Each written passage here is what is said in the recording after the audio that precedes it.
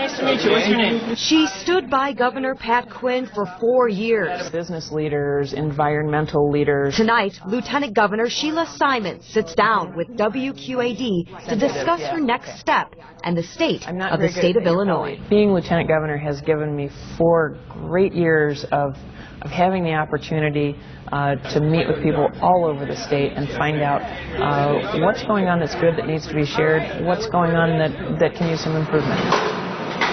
Simon is in town to talk military, specifically legislation that impacts the Quad City's largest employer, the Rock Island Arsenal, and the families who live there. It's legislation that will allow any child of a military family to come in and transfer in and start up school at exactly where they were at school in South Dakota, Hawaii, you name it.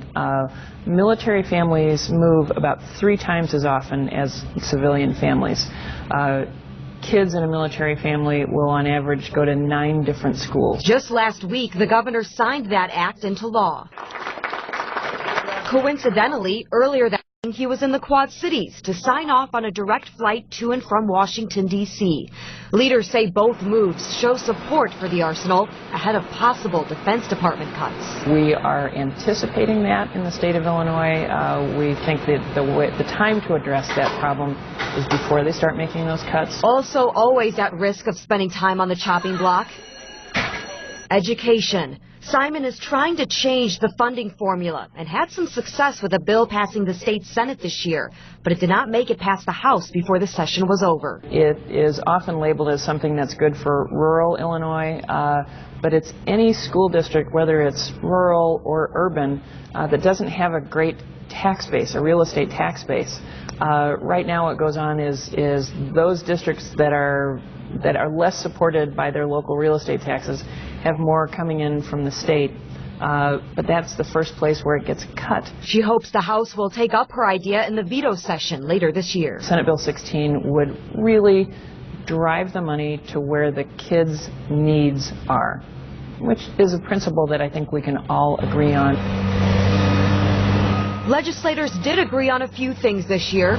For example, they approved $1.1 billion for capital improvement projects across the state. Why are those something that always seem to be so important, something that every legislator agrees upon? Highways and bridges that are smooth running and reliable are an important part of that commerce.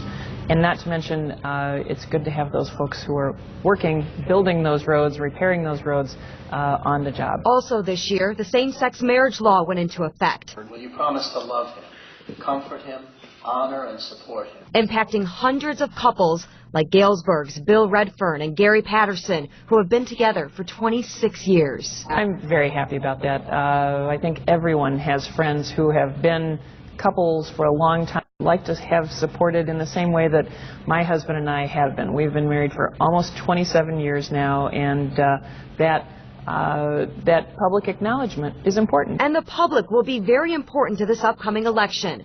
One voter topic is the income tax rate. I think that discussion will be ongoing throughout the campaign season. Expect to hear a lot about it and expect to be engaged in that conversation. Another topic will actually be on the ballot, and that's minimum wage. To get the public's opinion on a minimum wage increase is, I think, a good idea. So some possible changes for Simon in the future. But one thing that won't change is her passion for music. You're also a musician? Yes.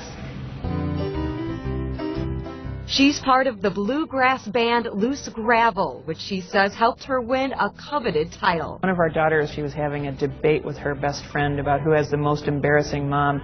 She won the contest by saying, "My mom plays in an old lady band."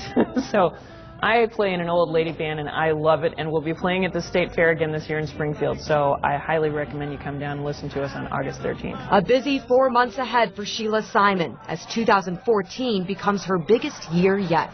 Angie Sharp.